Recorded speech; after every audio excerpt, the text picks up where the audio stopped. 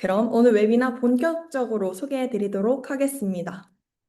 네, 오늘 웨비나 주제는 클릭을 결제로, 결제를 팬덤으로 뷰티 브랜드를 위한 2026년 매출 성장 구조 만들기입니다.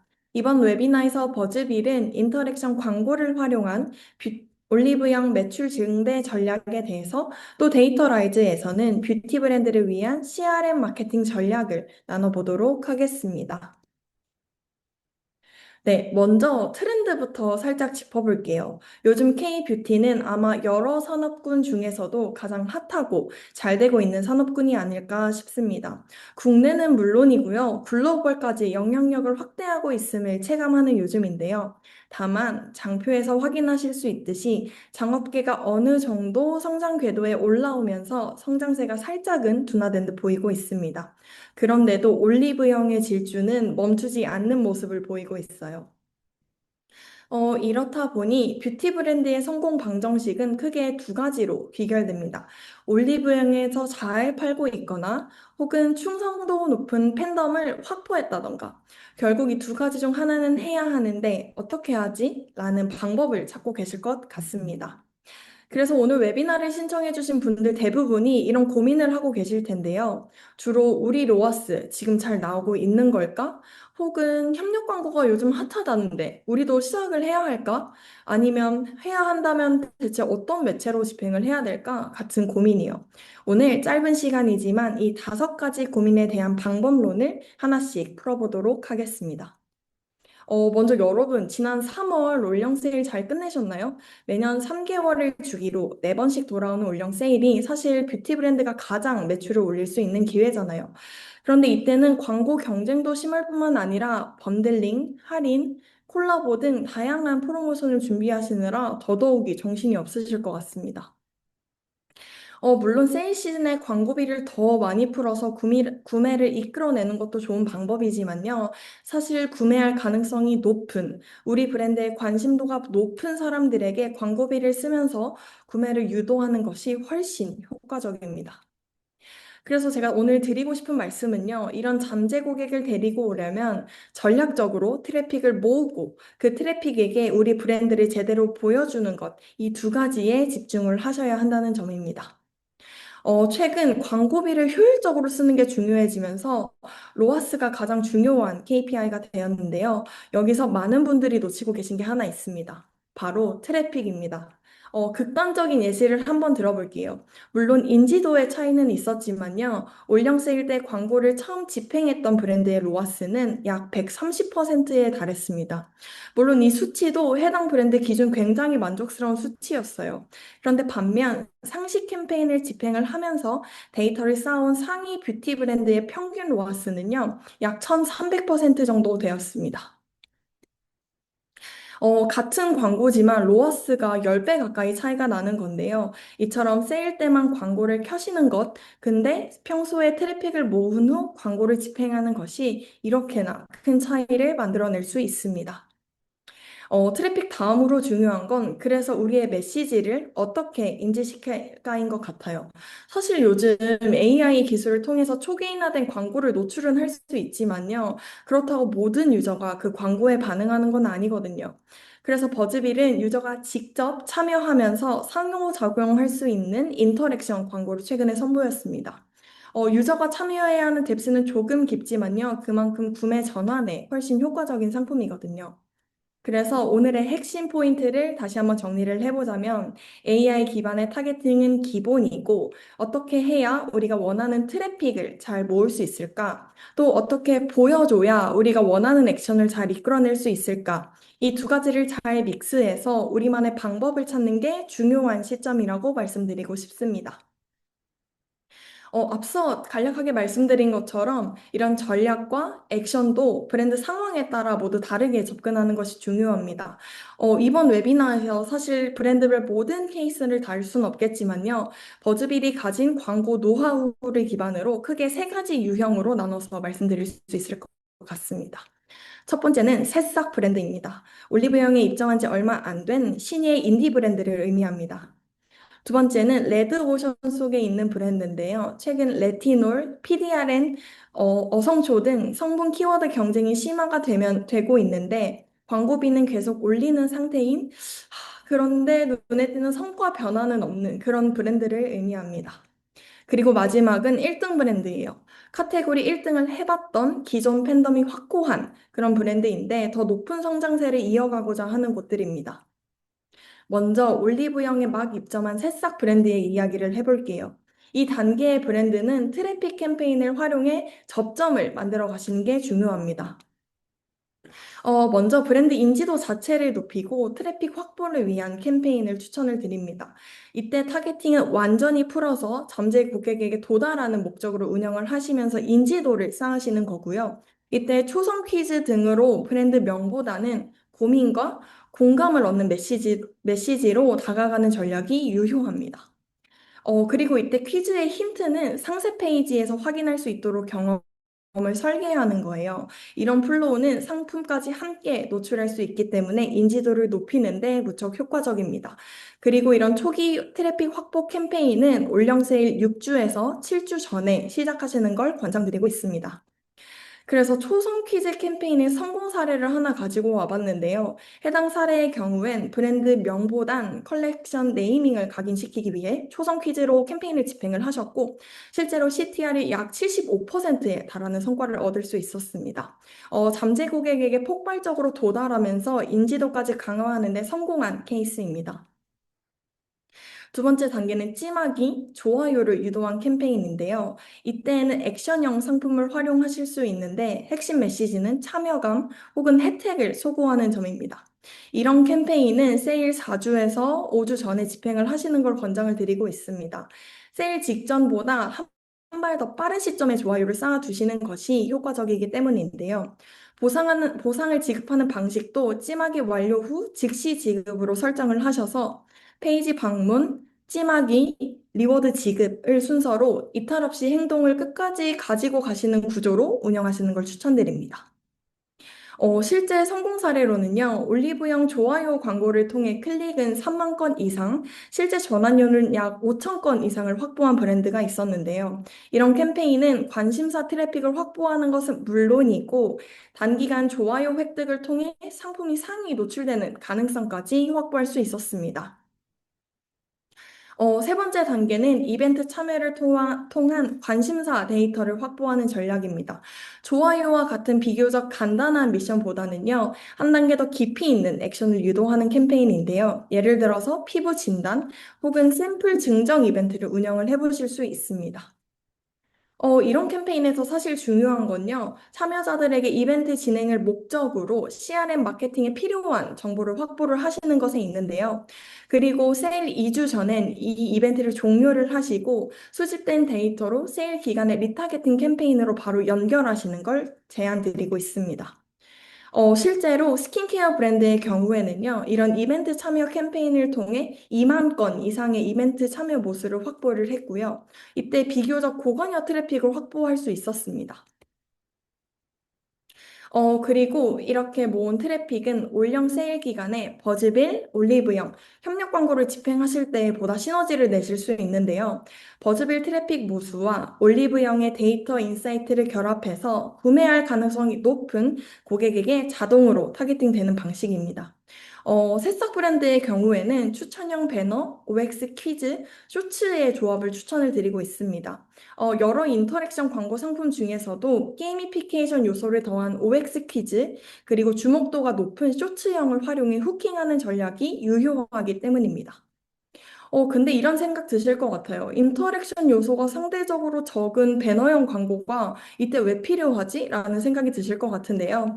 실제로 올리브영 협력 광고를 진행했을 때 테스트를 분석한 결과 추천형 배너와 인터랙션 광고를 동시에 참여한 유저일수록 구매 기여도가 눈에 띄게 높았습니다. 때문에 인터랙션 광고만 집행하시는 것보다는요, 추천형 배너와 함께 시너지를 내는 방향으로 운영을 해보시면 좋을 것 같습니다. 두 번째는 레드오션 속에 있는 브랜드의 선점하기 전략입니다. 키워드 경쟁이 치열한 브랜드라면 올영 세일 전에 커뮤니케이션 채널과 트래픽 확보를 동시에 하실 수 있는 미디어 믹스가 필요하실 텐데요. 사실 이 단계에는 이전에 광고를 집행한 이력이 있거나 혹은 이미 트래픽 모수를 어느 정도 확보한 브랜드일 거라고 생각이 됩니다. 때문에 타사와의 경쟁에서 잠재 고객을 선점하는 전략이 필요한 시점이실 것 같아요. 첫 번째 캠페인으로는 카카오 플러스 친구 추가를 제안을 드릴 수 있을 것 같은데요.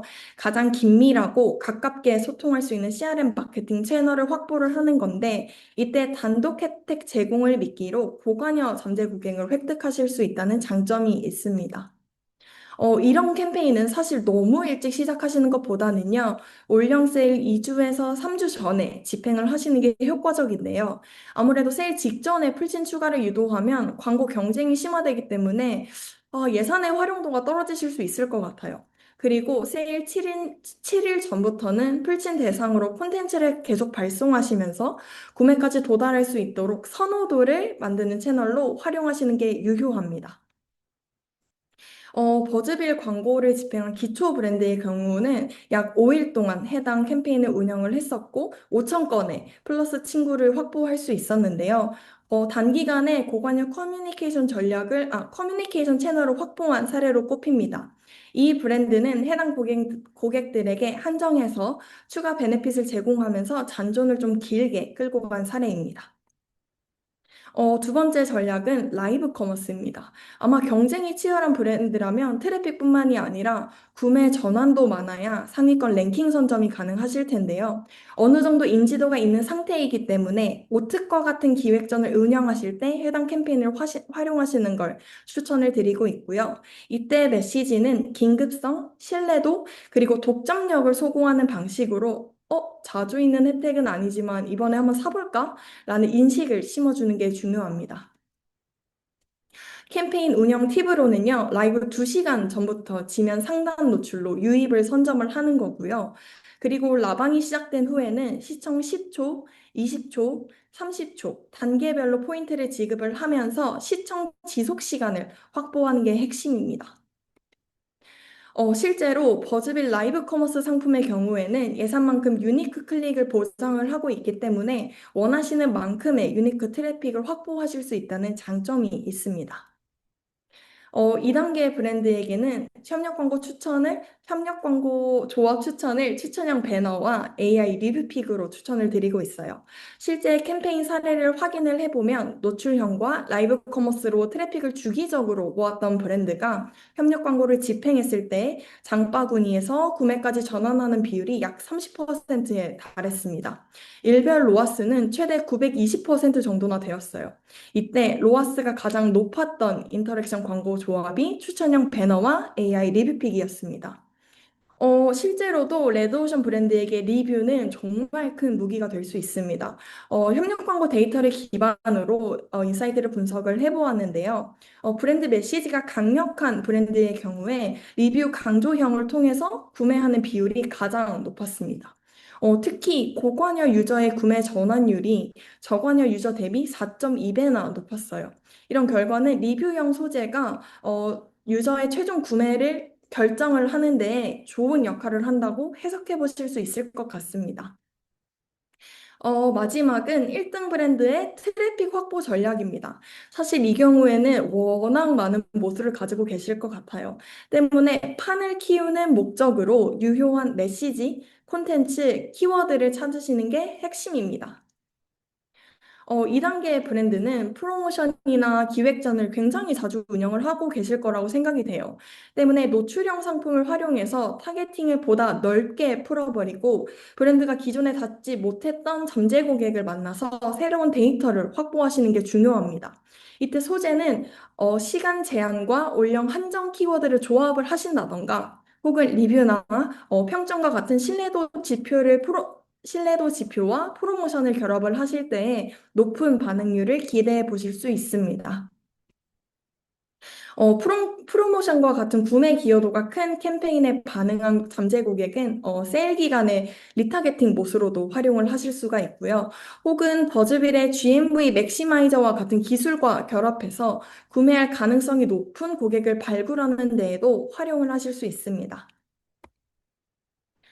두 번째는 콘텐츠 검증을 위해서 쇼츠 상품을 활용하시는 건데요. 이때 쇼츠 콘텐츠는 결과 증명형, 가격 소구형, 그리고 포모형 세 가지로 소구점을 테스트해 보시면 좋을 것 같습니다. 테스트 일정은 세일 2주에서 3주 전에 캠페인을 집행을 해보시면서요. 중간중간 성과가 좋은 콘텐츠에 예산을 집중을 하시는 방식으로 진행을 하시면 좋고요. 이때 가장 중요한 건 시청 완료율을 체크해야 한다는 점입니다. 예를 들어서 완료율은 높은데 전환이 낮다 싶으면 CTA가 약한 것으로 판단을 해보실 수 있고요. 반대의 상황이라면, 초반 후킹이 강하구나, 이건 잘하고 있구나, 라고 해석해 보실 수 있을 것 같습니다. 1등 브랜드에게 쇼츠가 특히 효과적인 이유는요. 유저가 이미 브랜드를 알기 때문에 초반 3초에 브랜드를 소개할 필요가 없기 때문인데요. 아무래도 쇼츠는 시간적 제약이 큰 콘텐츠이다 보니까 기획을 하실 때 초 단위로 쪼개서 기획을 하실 거라고 생각이 됩니다. 1등 브랜드의 경우에는 오로지 우리가 말하고 싶은 메시지에만 집중해서 영상을 기획하실 수 있기 때문에 어떤 메시지가 미금의 허들을 넘기는지를 조금 빠르게 검증을 해보실 수 있습니다. 마지막은요, 유효한 키워드 발굴을 위해 AI 리뷰픽 상품을 활용을 하시는 건데요. 이 상품은 유저가 네 가지 고민 중에 한 가지를 선택하면 그에 맞는 리뷰를 요약해서 보여주는 상품인데요. 이런 상품은 오특이나 기획 전처럼 짧게 진행되는 프로모션 시기에 운영하시면 더욱 효과적입니다. 한 가지 광고에서 동시에 네 가지 키워드를 검증을 하실 수 있다 보니까 새로운 키워드를 빠르게 발굴하고 또 실험할 수 있다는 장점이 있는데요. 그리고 이때 노출되는 리뷰가 무엇인지, 그 리뷰가 구매에 영향을 끼쳤는지까지 데이터로 확인을 해보실 수 있기 때문에 유효한 고객의 목소리가 뭐지? 라는 걸 찾고 싶으시다면 이런 캠페인을 사전에 집행해 보시면 좋을 것 같습니다. 2단계 브랜드 역시 사전에 다수 캠페인을 집행한 후에 올영 세일 땐 협력 광고를 진행을 하셨었는데요. 협력 광고 기준으로 장바구니 구매 전환율이 약 27%에 달했고요. 여러 협력 광고 소재 중에서도 최고 로아스는 1170% 정도를 달성할 수 있었습니다. 사실 2단계 브랜드에게 리뷰는 너무 당연한 구매 트리거라고 생각이 되어서 제외를 했고요. 이외의 협력 광고 상품 중에서 추천 조합을 말씀드려보자면, 배너형, 퀴즈형, 혜택 알림형의 조합을 추천을 드립니다. 실제로 협력 광고를 집행했던 브랜드들의 데이터를 분석해 본 결과 카테고리 1위이면서 제품 파워가 명확한 브랜드의 경우에는 혜택 강조형이 구매 비율이 가장 높았습니다. 아무래도 1등 브랜드다 보면 누구나 아는 제품일 거 아니에요? 그래서 어떤 혜택을 줄 수 있느냐, 우리가 어떤 혜택을 받을 수 있느냐가 조금 더 마음을 움직이는 것 같습니다. 저관여, 고관여 유저 그룹 모두에서 절대적인 구매 비율을 보시면 혜택 알림형에서 압도적으로 나왔음을 확인하실 수 있습니다. 그러면 여러분 이런 생각도 드실 것 같아요. 버즈빌 협력 광고에 참여한 고객, 올영 세일 때만 구매하고 끝인 건 아닐까요? 라는 물음인데요. 정답부터 말씀드리자면 아닙니다. 한 브랜드 기준 캠페인 종료 이후에 전환 성과를 확인을 해봤을 때 배너형과 인터랙션 소재를 동시에 참여한 유저일수록 높은 전환율을 유지하는 양상을 보였습니다. 협력 광고 미참여 유저보다 지속적으로 높은 CVR을 달성하는 것을 확인하실 수 있습니다. 아무래도 인터랙션 광고에 참여한 고객은 브랜드에 대한 기억이 오래 남기 때문에 세일 이후에도 구매 전환이 계속 일어나는 것으로 해석을 해볼 수 있을 것 같습니다. 그리고 또 이런 생각도 드실 것 같아요. 우리는 아직 올리브영에 입점 안 했는데 우리는 어떻게 해야 되지? 라는 고민이 있으실 것 같은데 이런 분들을 위해서 올리브영 입점 전인 브랜드를 위해 세부 카테고리별 레퍼런스를 간략하게 한번 정리를 해봤습니다. 먼저 요거는 2025년에 버즈빌에서 광고를 집행한 뷰티 브랜드의 트렌드 데이터입니다. 재밌게도 카테고리별로 더 많이 집행하는 상품이 명확한 양상을 보였습니다. 첫 번째로 기초 케어, 팩은 워낙 레드오션인 시장이다 보니까 모든 상품이 골고루 집행되긴 했지만 그중에서도 트래픽 캠페인의 비율이 가장 높았고요. 색조 베이스는 시각적인 요소가 중요하기 때문에 질감이나 발색을 직접적으로 보여줄 수 있는 라이브 커머스의 집행 비율이 가장 높았습니다. 마지막 헤어 바디는 한 번 구매해서 쓰면 계속 재구매하는 패턴을 보이잖아요. 때문에 인지도 자체를 높이기 위해서 압도적으로 도달할 수 있는 캠페인이 다수 집행되었음을 확인하실 수 있습니다. 시간 관계상 우수한 성과들을 만들어낸 레퍼런스만 살짝 짚어보고 갈게요. 이때 놀라운 CTR의 수치는 버즈빌 카카오엠 지면을 통해서 집행한 캠페인의 사례인데요. 기초 케어 팩 카테고리에서 좋은 성과를 낸 브랜드들의 소재를 한번 살펴보면 성분을 소고하는 것보다 만족도나 리뷰수 같은 신뢰도 지표를 활용하는 양상을 보였습니다. 색조 베이스 카테고리는 확실히 보여줘야 고객들이 지갑을 연다는 거 모두 알고 계시잖아요. 실제로 메타 DA 소재만 봐도 질감이나 발색을 주로 많이 보여주는 추세이고요. 라이브 커머스 광고 소재에서는 제한된 시간과 플랫폼 한정 혜택, 그리고 최대 할인율, 마지막으로 제품 질감, 목업을 조합해서 소재를 구성하실 때 성과가 가장 높았습니다. 네, 드디어 마지막 사례인데요. 마지막은 헤어 바디 카테고리입니다. 이 카테고리에서는 타겟팅을 넓게 가져가시되 데모그래픽과 관심사 레벨에서 디테일을 조절하면서 도달과 트래픽을 동시에 확보하는 전략이 유효했음을 확인해 볼 수 있었습니다. 네, 오늘 얘기를 총 정리해 보자면 가장 중요한 건 같은 광고 상품도 어떤 목적을 가지고 또 다른 상품과 어떻게 믹스해서 집행을 하느냐에 따라 다른 결과를 가지고 올 수 있다는 점이었습니다. 혹시 이번 웨비나를 들어보시고 우리 브랜드는 이런 상품을 어떻게 조합해 볼 수 있지? 적용할 수 있지? 라는 컨설팅이 필요하시다면 언제든지 버즈빌의 문을 두드려 주시길 바라겠습니다. 오늘은 시간 관계상 다 담지 못한 레퍼런스가 많은데요. 웨비나 종료 후에 신청해 주시는 분들에 한해서 더 많은 인사이트를 전해드릴 수 있도록 하겠습니다. 긴 내용 들어주셔서 정말 감사하다는 말씀 전하면서 이어서 데이터라이즈 박민성 CSO님의 CRM 전략 세션에서도 좋은 인사이트 얻어가실 수 있길 바라겠습니다. 감사합니다.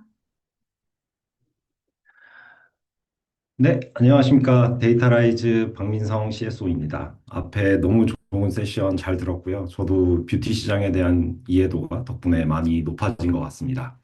저는 오늘 이제 뷰티 시대, 올리브영 시대에 여러분들이 성장하는 브랜드가 되려면 CRM 마케팅을 왜 해야 되고 어떠한 전략을 갖추셔야 하는지에 대해서 상세히 설명드리도록 하겠습니다.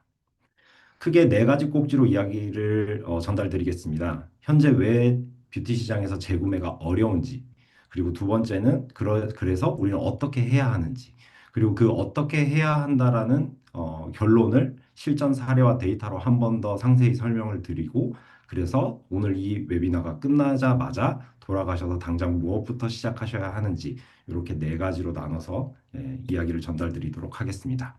앞에 너무 잘 설명해 주셨습니다. 여러분들 어찌됐건 브랜드의 인지도를 높이기 위해서 현재 뷰티 시장에 막강한 채널권을 가지고 있는 올리브영에 입점하려고 매우 큰 노력을 하고 계신데요. 올리브영에 이제 입점한 뒤에 고객은 사실 우리의 브랜드를 인지하기도 하지만 올리브영을 더 크게 인지하게 되겠죠.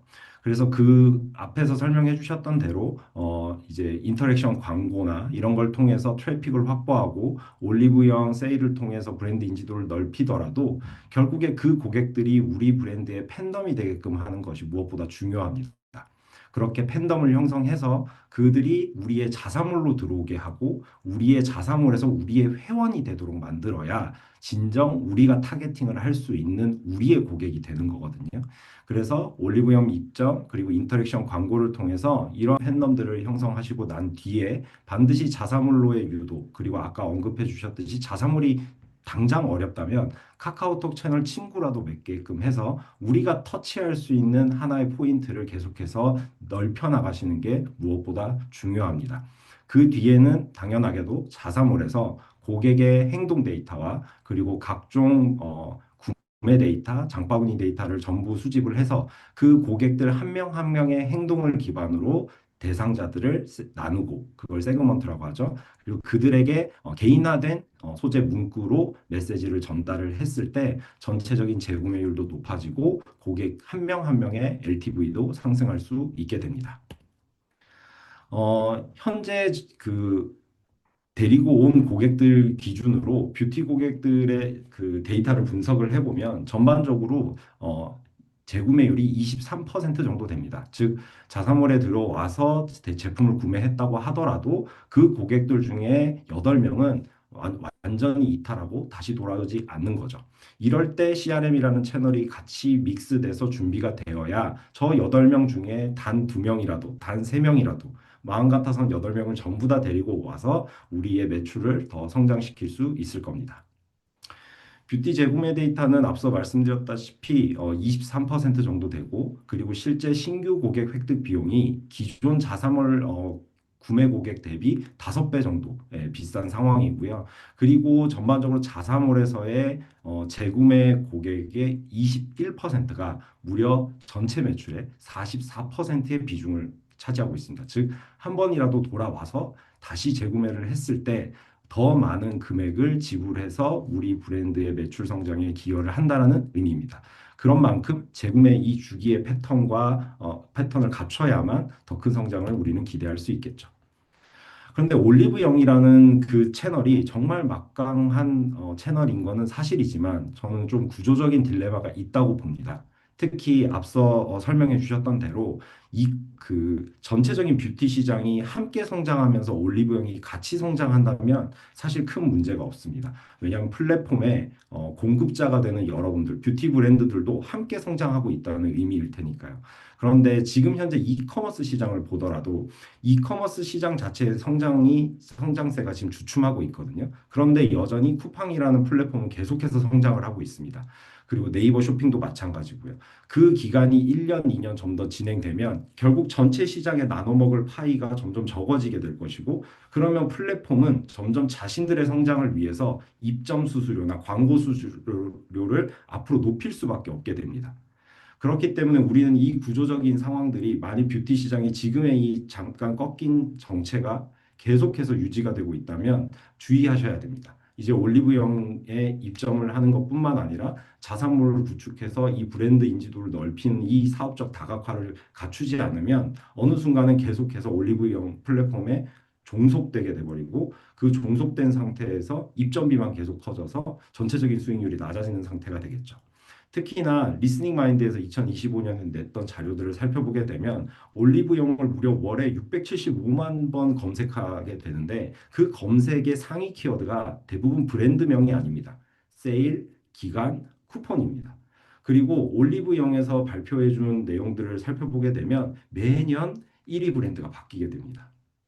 이런 상황에서 우리의 올리브 영 자체에서만 우리의 브랜드를 계속해서 홍보하는 것은 브랜드 소구력이 떨어지는 거죠. 그래서 앞서 말씀 주셨던 버즈빌의 인터랙션 광고들을 같이 병행을 해야 올리브 영에서 고객이 인지한 브랜드가 더 명확히 우리 거야라고 소구하게 되고 채널도 얻을 수 있게 되는 거죠. 예, 너무나 또 잘 아시겠지만 재구매가 일어나지 않는 이유는 크게 세 가지입니다. 당연히 고객 데이터가 없습니다. 올리브영에서 구매한 그 수많은 고객 데이터를 저희에게 주면 얼마나 좋을까요? 하지만 그렇지 않기 때문에 메시지를 보낼 수도 없게 되는 거고요. 그리고 고객이 누군지를 특정하지 못하기 때문에 이 고객이 떤 물건을 사서 어느 정도 용량을 샀기 때문에 우리는 언제 이 고객한테 메시지를 보내야 되는지에 대한 타이밍도 잡을 수가 없고요. 그리고 그러다 보니까 대부분 이제 고객의 페르소나를 정리하지 못하고 그냥 메시지를 일괄적으로 뭐 대형 할인 쿠폰을 보낸다거나 대형 프로모션을 진행하는 형태로 하게 되는 거죠. 그렇기 때문에 반드시 자사몰에 고객의 행동 데이터를 수집해서 개인화된 CRM 메시지를 보내는 것이 무엇보다 중요합니다.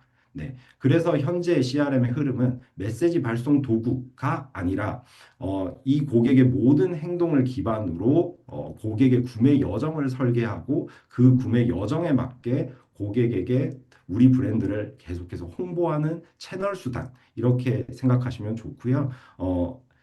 오늘 이 내용을 듣고 나시면 언제 고객에게 어느 타이밍에 메시지를 어떤 방식으로 보내야 될지를 알 수 있게 되십니다. 네, 그래서 앞서 말씀드렸던 내용 똑같습니다. 이 앞에서의 첫 구매 파이프라인을 만드신 뒤에 고객을 자사몰로 입점시켜서 거기서 구매를 일으키고 다시 재구매로 전환하는 이 재구매 파이프라인까지의 그 긴 여정을 마케팅 믹스 정책을 가지고 가셔야 여러분들이 정말 원하시는 성장이 가능하다는 겁니다. 네, 요것도 앞에서 설명드렸던 대로 자사몰 회원을 보유했을 때의 이름, 연락처, 그리고 구매 이력을 전부 다 추적할 수 있고, 심지어는 저희 데이터라지 같은 경우는 스크립트 한 줄만 설치하게 되면 고객이 어떤 상품을 받는지, 어느 채널에서 인입을 했는지, 어떤 영역을 클릭을 했는지, 어떤 상품이 얼마나 노출됐는지까지의 모든 정보를 수집하게 되고, 그렇게 되면 예를 들어 고객이 우리 A라는 상품을 보고 이탈한 고객, A라는 상품을 보고 리뷰 탭까지 클릭해서 이탈한 고객, A라는 상품을 보고 리뷰 탭도 보고 옵션도 선택하다가 이탈한 고객, 이런 식으로 매우 촘촘한 형태의 고객 페르소나를 정의를 한 다음 그에 맞는 타겟팅 메시지를 보낼 수 있게 되는 겁니다. 이제부터 이렇게 설계를 하시면 상당히 좋습니다. 너무나 당연하게도 자사몰에 방문하게 되면 고객 대부분은 방문한 그 즉시 그리고 가입을 유도해야 됩니다. 그리고 보통 이커머스나 뷰티 영역 다 똑같은데요. 고객은 구매하고 싶은 상품이 생겼을 때 가입을 하게 됩니다. 가입을 하고 나서 구매할 상품은 찾는 게 아니에요. 그러면 고객이 예를 들어 가입을 했는데 그리고 대부분 자사몰에서는 가입을 했을 때 첫 구매를 유도하기 위한 신규 쿠폰도 주시죠. 그런 형식으로 프로모션도 다 받았는데 구매를 하지 않고 이탈을 했습니다. 그런 경우는 그 고객이 이탈한 그 즉시 최대한 빨리 첫 구매를 유도하는 메시지를 설계하셔야 됩니다. 가입 축하 쿠폰도 보내고 심지어는 그 가입 축하 쿠폰을 예를 들어 7일 이내 소멸되는 걸로 세팅해 주셨다면 곧 소멸된다라는 메시지도 같이 보냄으로써 고객의 포모를 자극해서 빨리 첫 구매를 유도하는 게 필요하고요. 그리고 요거는 이제 각 뷰티 브랜드에서 어떤 상품을 파느냐에 따라 조금씩 다르긴 하지만 고객이 구매를 하고 나서 얼마나 재구매 주기가 뭐 각 상품별로 혹은 각 상품의 용량별로 재구매 주기가 도달하는지 그걸 체크하신 다음 가급적이면 상품별 기준으로 그 사람이 첫 구매 때 구매했던 상품별로 뭐 많은 용량을 샀던 고객은 뭐 30일 뒤에 메시지를 발송하고 좀 적은 용량으로 금방 소비할 수 있는 상품을 사신 고객에게는 15일 뒤에 맞춤 메시지를 보내는 형태 이런 식으로 하나의 루틴을 만들어 주시는 게 좋고요. 그리고 고객이 들어왔을 때 뒷장에 더 자세히 말씀드리겠지만 들어왔을 때 구매하지 않고 이탈을 한다면 그 이탈한 즉시 메시지를 보내는 것 이렇게 해서 크게 세 가지의 그 재구매 타이밍을 유도하는 거를 메시지를 갖추시는 게 좋고요. 그럼 이탈했을 때는 언제냐? 많은 분들이 고객한테 언제 메시지를 보내는 게 가장 좋을까요? 라고 질문을 하십니다. 그때 완전한 정답, 그러니까 고객별 서로 다 다른 타겟팅 시간이 최적화되어 있지는 않습니다. 가장 중요한 건 우리가 뭐 하는 여러 가지 마케팅 채널에서 고객이 우리 거를 보고 들어왔다면 들어오고 나서 상품을 막 탐색한 다음 나간 직후에 가장 빨리 보내는 게 전환율이 가장 높습니다. 그래서 가장 밑에서부터 하십시오. 주문서를 작성하다가 이탈한 고객에게 먼저 예산을 배분해서 메시지 세팅을 하신 다음, 그 다음, 우리 이거 너무 성과가 좋은데 조금 더 모수를 넓혀서 더 많은 매출 상승을 해보자 라고 하시면 장바구니에 담고 이탈한 고객. 거기까지도 하셨으면 상품을 조회하고 이탈한 고객. 이런 식으로 현재 우리가 보유한 예산에 맞게 밑에서부터 위로 순서대로 그 CRM 캠페인을 세팅하시는 게 좋습니다. 그리고 그렇게 메시지를 보낼 때는 너무 당연하지만 확실한 것은 일괄된 메시지 내용이 아니라 개인화된 메시지로 보내는 게 중요합니다. 그래야 고객이 내가 관리받고 있다, 나에게 관심받고 있다라고 생각하는데요. 지금은 너무 좀 당연할 수도 있지만 예를 들어 저에게 메시지가 온다면 박민성님 어제 보신 땡땡 상품이 장바구니에서 기다리고 있어요. 이런 식으로 단 두 가지의 문구라도 나에게 개인화되어서 메시지가 왔을 때 구매 전환율이 훨씬 더 높은 것을 보실 수가 있어요. 그리고 채널에 대한 고민도 많이 하실 텐데요. 현재 한국에서는 지금 뭐 제가 여기다 장표에는 친구톡이라고 썼지만 현재는 네이밍이 좀 바뀌었죠. 브랜드 메시지입니다. 그래서 현재 한국에서는 브랜드 메시지가 가장 성과가 좋습니다. 그 다음이 알림톡, 그 이메일과 문자는 조금 차이가 납니다. 특히 업종별로 좀 큰 차이가 있는데 뷰티 같은 경우는 제가 데이터를 보니까 이메일이 조금 더 성과가 좋고요. 문자가 그 다음이었습니다. 그리고 대부분의 고성과 캠페인, 저희가 고성과 캠페인은 고객이 메시지를 받고 24시간 안에 구매되는 구매 전환율이 5% 이상인 캠페인으로 정의를 해봤는데 그 고성과 캠페인이 예를 들어 100개가 있다면 그중에 74개가 전부 브랜드 메시지, 친구톡이었습니다. 여기에 아까 말씀드렸던 대로 이미지와 그리고 버튼, 그리고 개인화된 텍스트를 조합해서 발송을 했을 때 훨씬 더 높은 성과가 났고요. 심지어 브랜드 메시지에는 캐러셀형이라고 하는 게 있습니다. 즉 여러 개의 카드로 타겟팅한 메시지를 보낼 수 있는 건데요. 그런 메시지를 보냈을 때 더 높은 성과를 기대할 수 있었습니다. 그래서 앞서 말씀드린 거를 다시 종합해 보면 CRM 액션을 진행하실 때 가장 첫 번째는 지금 여기 보이시는 최소한 네 가지라도 캠페인을 세팅을 하시는 게 중요합니다. 다시 말씀드리면 고객이 가입했는데 첫 구매를 하지 않았다. 그럼 그 즉시 메시지를 보내셔야 합니다. 가입 축하 메시지 혹은 가입 때 드렸던 쿠폰 소멸에 대해서 안내하는 메시지. 두 번째는 장바구니 이탈. 세 번째는 주문서 이탈. 그리고 특정 재구매 주기에 따라서 지금 여기는 제가 90일 미구매라고 했는데요. 각자 뷰티 브랜드에 따라서 이 재구매 주기가 다를 겁니다. 그래서 초반에는 우리의 그냥 거시적인 재구매 주기가 어떻게 되는지에 따라서 CRM 캠페인을 하시고 그 다음에는 각 상품별, 카테고리별로 재구매 주기가 어떻게 다른지를 보신 다음에 메시지를 발송하시게 촘촘하게 발전시켜 나가는 것이 중요합니다. 자, 이제 앞에서 사실 결론을 다 말씀드렸는데요. 실제 너희가 어떤 데이터를 보고 그 근거를 말하는 거야? 라고 하실 것 같아서 지금 저희가 보유하고 있는 고객사의 데이터 중에서 뷰티 고객사가 한 180개 이상이 됩니다. 그 중에서 좀 유의미한 데이터를 갖고 있는 고객사들 데이터로 저희 그 데이터라이즈를 통해서 약 2,763만 건의 CRM 캠페인 메시지를 발송을 하셨고요. 그 데이터를 기준으로 일단은 살펴봤을 때 전체 모든 채널 포함해서 캠페인의 평균 구매 전환율은 1.66%입니다. 여기서 구매 전환율은 다시 말씀드리지만 메시지를 보내고 24시간 이내에 구매한 구매 전환율입니다. 그리고 앞서 말씀드렸던 이탈 방지 CVR, 즉 장바구니, 상품조회, 그리고 그 주문서 그 세 가지를 모두 합쳤을 때 걔네들의 캠페인의 구매 전환율은 2.19%였고요. 그 중에서도 주문서 이탈의 구매 전환율은 평균 4.49%였습니다. 그래서 이 데이터를 기반으로 좀 더 뜯어서 보게 되면 일단은 메시지를 제가 개인화돼서 보내시는 게 중요하다고 했잖아요. 주문서 이탈 메시지를 보내실 때는 이런 식으로 아까 말씀드렸던 대로 안녕하세요 민성님 뭐 혹시 아직 주문을 망설이고 계시나요? 고민하는 러닝 쇼츠의 재고가 얼마 남지 않았습니다. 심지어는 고객의 심지어 이 포모를 자극하는 재입고 계획은 미정이오니 구매를 서두르세요.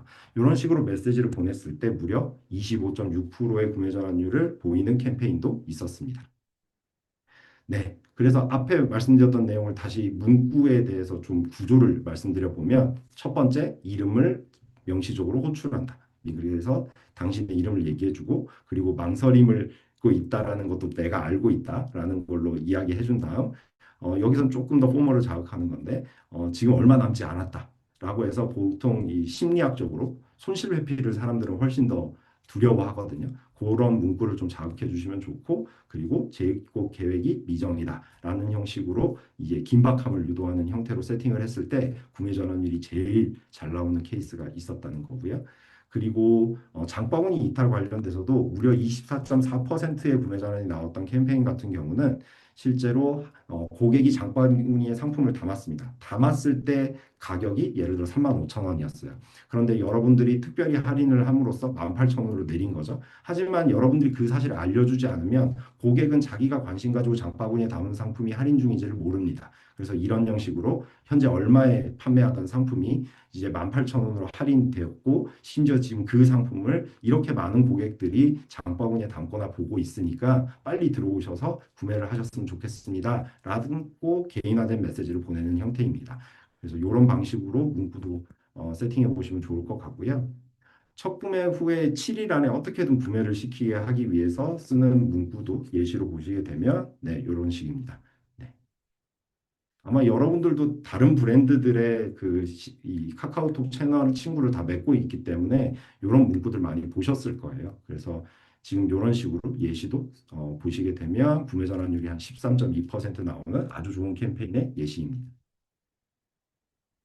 그리고 뭐 앞서 정리해서 보여드리기도 했지만 저희 구매 전환율의 상위 캠페인 탑 10개를 보시게 되면 네, 이런 식입니다. 주문서 작성 중에 이탈한 고객에게 상품을 추천하고 장바구니 담은 상품 중에 할인 중인 상품만 따로 안내를 하고 3일 이내 가입에 미구매 회원에게 안내를 주고 각각 다 친구 톡으로 이렇게 보냈을 때 구매 전환율과 이런 것들이 어떻게 나오는지 보시면 대부분 앞에 제가 말씀드렸던 신규 가입 캠페인과 이탈 방지 캠페인들이 최고 로아스 CVR을 가지고 있는 것을 확인하실 수 있습니다.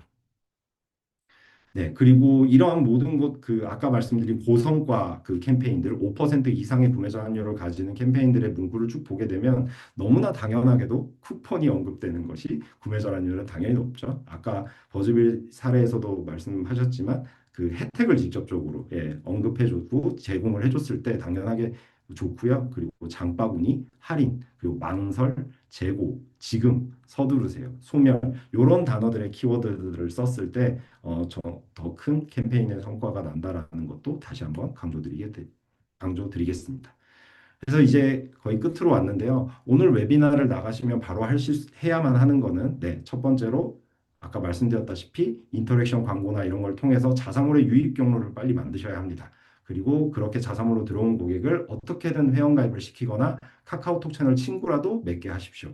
그렇게 한 고객에게 이탈을 방지하는 세 가지 종류 최소한 기본 캠페인을 세팅을 하시고요. 앞서 보여드렸던 개인화된 문구로 소재를 세팅을 하시면 더 높은 성과를 기대할 수 있습니다. 그 이후에는 그 세팅했던 캠페인들을 기반으로 소재든 발송 시간이든 아니면은 상품별로 다 캠페인을 더 세부적으로 쪼개든 그 한 단계 한 단계 더 고도화를 하면서 A/B 테스트를 하시는 방식으로 진행을 한다면 어렵지 않게 CRM을 고도화하실 수 있습니다. 그래서 CRM을 이런 방식으로 하는 것까지가 저는 레벨 2까지의 CRM 과정이라고 생각합니다. 지금 데이터라이즈도 열심히 여러분들이 더 쉽게 CRM을 세팅할 수 있게 레벨 3까지 지원할 수 있는 기능들을 만들고 있는데요. 대표적으로 지금 데이터라이즈 같은 경우는 여러분들이 스크립트 한 줄만 설치를 하면 특정 캠페인 앞 들어오셔서 저희 거에 장바구니에 상품을 담고 이탈한 고객에게 신규 최근 15일 이내 신규로 런칭한 상품 중 할인 중인 상품만 메시지를 보내고 싶어. 근데 그 메시지가 하나가 아니라 뭐 6개의 캐러셀 카드로 보내고 싶어. 라는 것들을 그냥 설정되어 있는 걸 온만 하시면 그게 자동으로 고객마다 다 다른 형태의 상품들을 담아서 자동으로 메시지가 나가게 되거든요. 이렇게까지 저희가 지금 기능을 갖추고 있고 앞으로는 그 상품들의 구성도 실제로 더 최적화하고 타이밍도 고객들마다 더 실시간에 가깝게 나가고 뿐만 아니라 아까 채널이 브랜드 메시지가 더 가장 좋다고는 했지만 고객마다 문자를 또 선호하시는 분도 있고 이메일을 더 선호하시는 분들도 있어요. 이렇게 채널도 CRM 마케터가 한 땀 한 땀 설정하는 게 아니라 이게 자동으로 다 리밸런싱 돼서 발송될 수 있는 형태까지 이렇게 저희가 솔루션을 만들어서 여러분들께 좀 더 제공하려고 노력하고 있으니까 많은 관심 부탁드립니다. 근데 제가 조금 시간을 오버해서 세션을 진행을 했네요. 그러면은 여러분들이 사전에 저희에게 공유해 주신 그 질문이 있었습니다. 그래서 그 질문에 대해서 이제 답변을 드리는 Q&A 세션으로 넘어가도록 하겠습니다. 네, 먼저 K-뷰티를 넘어서 이 건강기능식품이 K-헬스와 연계해서도 좋은 예시가 있는지 이 데이터라이즈 쪽에 이제 질문을 해주셨는데요. 상대적으로 뷰티보다 이 K-헬스 쪽, 특히 이 건강식품 관련돼서는 오히려 CRM 캠페인을 세팅하기가 훨씬 더 용이합니다. 왜냐하면 주기성을 갖고 있기 때문입니다. 건강기능식품 예를 들어 뭐 오메가3든 이런 것들 우리 다 드시고 계시겠지만 매일매일 먹게 되죠. 물론 그 루틴화 할 수 있는 사람과 아닌 사람은 있지만 그래서 각 그 우리 그 건강기능식품은 판매하는 상품 그리고 그 먹어야 되는 용량에 따라서 명확한 재구매 주기가 있기 때문에 그 상품별 재구매 주기를 계산하신 다음 그에 맞는 타이밍에 메시지를 발송하시는 것을 하시면 되고요. 특히나 그 과정에서 너무 지나치게 판매에만 의존하는 CRM 캠페인을 하지 마시고 고객에게 매일 이걸 드셨을 때 어떤 점이 건강에 도움이 되는지를 중간중간 알려줌으로써 내가 관리받고 있다. 이게 도움이 되는 거다라고 인지할 수 있게끔 소비를 유도해 주셔야 돼요. 네. 꾸준한 소비. 그래야 그 재구매 주기에 맞는 메시지가 나갔을 때 실제 구매로 연결이 되거든요. 그리고 마지막으로는 보통 정기기능식품은 그렇게 하시다 보면 정기구독 서비스로 넘어가시는 경우도 많습니다. 즉, 재구매 주기가 명확히 잡히고 우리가 관련된 그 소비를 촉진하는 컨텐츠들을 계속해서 CRM에 잘 녹여냈을 때는 장기적으로는 정기구독 서비스까지 넘어가시는 게 가장 좋지 않을까 생각합니다. 네, 두 번째 질문은 매체에서 광고를 집행할 때 가장 아쉬웠던 점은 리포트에서 확인 가능한 인사이트가 한정적이라는 겁니다. 버즈빌은 리포트에 어떤 데이터를 제공하고 라고 질문해 주셨습니다. 네, 답변 부탁드리겠습니다. 네, 요거 저희가 답변 드릴 수 있을 것 같은데요. 저희의 리포트의 경우에는 기본적으로 타사에서 제공하는 CTR, CVR, 노출수 등 기본적으로 다 수치는 제공을 하고 있고요. 다만 다른 점은 광고 노출, 클릭, 참여, 상품 조회, 장바구니, 구매까지 이런 퍼널별 전환율까지 제공을 해드리고 있어서 이거에 따라서 제각기 다른 미디어 믹스를 전략을 해드리거나 상품 활용법을 알려드리고 있습니다. 그래서 이거 관련해서 궁금하신 부분은 사실 브랜드에 따라서 좀 다르게 알려드릴 수 있을 것 같아서 이건 별도로 문의해 주시면 답변 드릴 수 있도록 하겠습니다. 네. 그리고 이번에는 제가 질문을 한번 다시 읽어볼게요. 기억에 남는 CRM 전략 혹은 성공 사례 몇 가지만 자세히 공유해 주실 수 있을까요? 어떤 상황이었는데, 어떤 지표를 보고, 어떤 방식으로 접근해서 어떤 전략을 진행했더니 반응이 좋았다. 이런 구체적인 사례를 질문을 주시는 것 같습니다. 답변 부탁드려도 될까요? 네, 가장 어려운 질문입니다. 이게 일반화되기가 참 쉽지 않아서 답변이 조금 조심스러운데요. 그냥 재밌었던 사례를 말씀드리면 여러분들 대부분 아침에 출근하시면 지표를 매출이 올랐나 떨어졌나부터 보시게 되죠. 그래서 특정 뷰티 브랜드 같은 경우 똑같이 저희도 매출이 올랐는지 떨어졌는지를 봤는데 전달 대비 매출이 많이 떨어진 걸 발견하게 됐습니다. 그때 이제 어떻게 데이터를 접근하냐면 디멘전을 나눈다고 보통 얘기하는데요.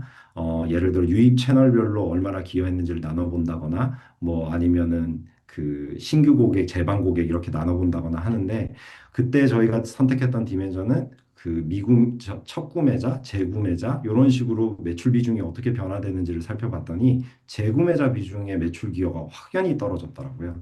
그래서 왜 떨어졌나 다시 보니까 그 재구매자들 중에서 실제 그들이 그 마지막으로 구매했던 상품들이 기초 상품일 때와 색조 상품일 때 재구매율이 또 차이가 컸습니다. 기초는 꾸준하게 계속해서 고객이 반복 구매를 하고 있는데 색조는 그렇지 못했던 거죠. 그래서 그 색조와 관련돼서 왜 그런지를 일단 정량적 데이터를 본 뒤 이제 내부 그 마케터 분과 실제 몇몇 고객들 포커스 그룹 인터뷰를 통해서 물어봤더니 대표 색조 상품을 산 뒤에 이것과 조화롭게 자기가 쓸 수 있는 상품이 뭔지를 모르겠다. 예, 라는 말씀을 주셔서 그것과 관련된 컨텐츠들도 만들어서 고객들 그 랜딩 페이지에 표현도 하시고 그리고 고객이 A라는 색조 상품을 샀으면 그 다음에는 연관된 B라는 상품을 왜 어떻게 같이 콜라보해서 쓰시면 좋은지에 대해서 CRM 메시지를 보내서 B라는 상품의 크로스셀을 더 많이 유도하는 형태로 재구매 주기를 유도했던 사례가 가장 인상 깊었습니다. 네, 그 다음 질문입니다. 인지도를 높이기 위해 광고비를 얼마나 써야 하는지 감이 오지 않아 매체를 선택할 때 고민됩니다. 유저가 광고를 몇 번은 봐야 인지가 되거나 액션 전환이 된다라는 식의 버즈빌 인사이트가 있을까요? 라고 질문 주셨습니다. 네, 요거 모두가 아시다시피 뒤에 광고가 한 번 노출됐을 때 전 충주맨 김선태님 유튜브처럼 뭔가 인지도와 반응을 얻기 어렵다는 점은 다들 알고 계실 것 같습니다. 때문에 버즈빌 광고도 무작정 뭐 한두 번만 노출해도 구매도 나오고 액션도 나와요라고 말씀을 드리긴 어려울 것 같고요. 그래서 저희가 수많은 광고를 집행하면서 좀 통계를 내봤을 때 평균적으로 노출이 3회에서 5회 정도 되는 유저들이 새로운 액션으로 전환되는 경우가 많더라고요. 네, 근데 사실 이게 브랜드 상황에 따라서 조금 다를 수 있기 때문에 단언을 드릴 수는 없겠지만 평균적으로 대략적으로 3회에서 5회 정도 노출이 되어야 액션을 만들어낼 수 있구나 정도로 생각해 주시면 감사하겠습니다. 그럼 오늘 웨비나 조금 시간이 지연되었는데 끝까지 남아서 들어주셔서 감사드리고요. 설문조사 끝내신 분들께서는 자유롭게 퇴장해 주셔도 될 것 같습니다. 네, 긴 얘기 들어주셔서 감사합니다. 감사합니다. 수고하셨습니다.